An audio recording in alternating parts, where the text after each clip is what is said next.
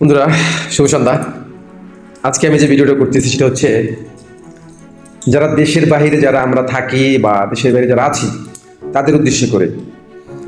যাদের দেশে যাওয়ার কাগজপাতি আছে তারা যতবার দেশে যাবেন ততবারই একটা না একটা অভিজ্ঞতা নিয়ে আসবেন। আর আমি তাদেরকে বলি যে একবারে 5-6 বছর বা 10 বছর পরে না গিয়ে যদি কাগজ থাকে তাহলে প্রতি বছর বছরে যাবেন, আর প্রতি বছরে বছরে গেলে একটা না একটা অভিজ্ঞতা নিয়ে আসতে পারবেন। কি অভিজ্ঞতা?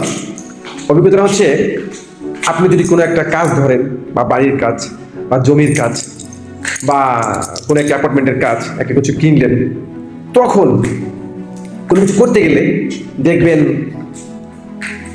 এই ভিডিওটা তাদের জন্যই যাদের দেশে যাচ্ছেন না, খালি ভাবতেছেন যাবো যাবো। একবার যান, গেলেই দেখতে পারবেন দেশে কি চলতেছে। আপনার একটা প্ল্যান করতে গেলেন, যেরকম কোনো একটা জমি কিনবেন, জমিটা দলিল হবে, ঠিক সেই সময় দলিল করবেন, দেখবেন কালকে দলিল করবেন, এক সপ্তাহ দলিল করবেন, তার কয়েকদিন পরই বা কয়েকদিন আগেই দেখবেন আপনার ফুপু আসবে যে ফুপতো ভাইকে বিদেশে পাঠাবে। আপনার মানে এমনভাবে আসবে, এমনভাবে আসে একবার ঘাড়ের উপরে বসে যে 2 লাখ টাকা তোমার জন্য ধরা ধার্য করা হয়েছে, তুমি 2 লক্ষ টাকা দিবা। কোথা থেকে দিবা জানি না। গেল ফুপুর পালা। আবার জমিটা যখন একেবারে দলিল করার কাছাকাছি আসবে, তখন আবার আসবে খালা।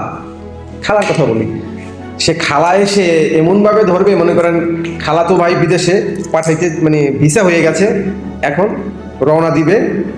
সে খালা বাড়িতে এসে বসে থাকবে, যতক্ষণ পর্যন্ত আপনি টাকা না দিবেন ততক্ষণ পর্যন্ত বাড়ি থেকে লড়বে না বা যায় না।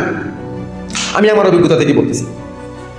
খালা একদিন যায়, 2 দিন যায়, টাকা না নিয়ে খালা যাবেই না, যাবেই না, যাবেই না। কি করবে লাস্ট পর্যন্ত? যদি একটুখানি জিনিস থাকে, স্বর্ণ থাকে, ওই পর্যায়ে গিয়ে টাকা কোথায় পাবেন? আর এলাকায় বর্তমানে সবখানেই খালি বিদেশ বিদেশ বিদেশ যাইতেছে আর টাকা টাকা। কেউ জমি বিক্রি করতেছে, কেউ জমি কিনতেছে, কেউ গায়ে গোছল মানে জায়গা ফল ফসল আদি বিক্রি করতেছে। এইগুলি বিক্রি করে মোটামুটি বিদেশে পাঠাইতেছে, বেশিরভাগ জমি টমি বিক্রি করে বেশি। তো এরকম পরিস্থিতিতে আমি পড়েছি।